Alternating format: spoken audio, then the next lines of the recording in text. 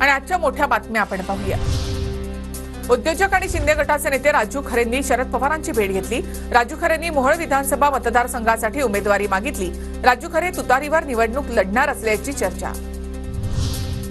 एसटीतून आरक्षणासाठी आदिवासी गोंड गोवारी समाज आक्रमक। नागपुरातील आंदोलनस्थळी पोलीस आणि आंदोलनकर्त्यांमध्ये धरपकड। यशवंत स्टेडियम परिसरात 7 दिवसांपासून उपोषण, बंदोबस्तामध्ये वाढ।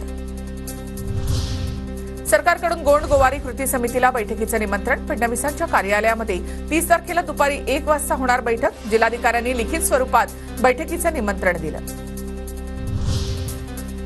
पंतप्रधान मोदी रविवारी पुणे मेट्रोचं ऑनलाईन उद्घाटन करणार। भिडेवाडा राष्ट्रीय स्मारकाचं देखील मोदींच्या हस्ते भूमिपूजन होणार।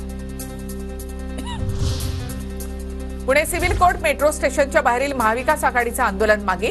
29 सप्टेंबरला मेट्रो सुरू होणार असल्याचं मेट्रो प्रशासनाकडून आश्वासन।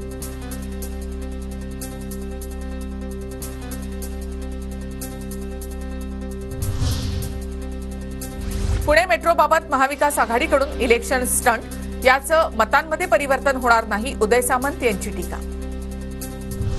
राजाराम साखर कारखान्याच्या वार्षिक सर्वसाधारण सभेच्या ठिकाणी महाडिक आणि सतीश पाटील गटाकडून बॅनरबाजी।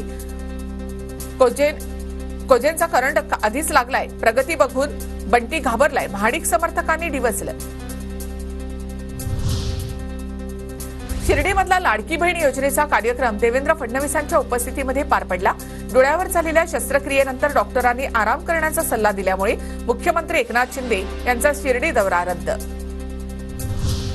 सुनील तटकरे यांची केंद्र सरकारच्या महत्त्वाच्या समितीवर नियुक्ती। सुनील तटकरे पेट्रोलियम आणि नैसर्गिक वायू केंद्रीय समितीच्या अध्यक्षपदी।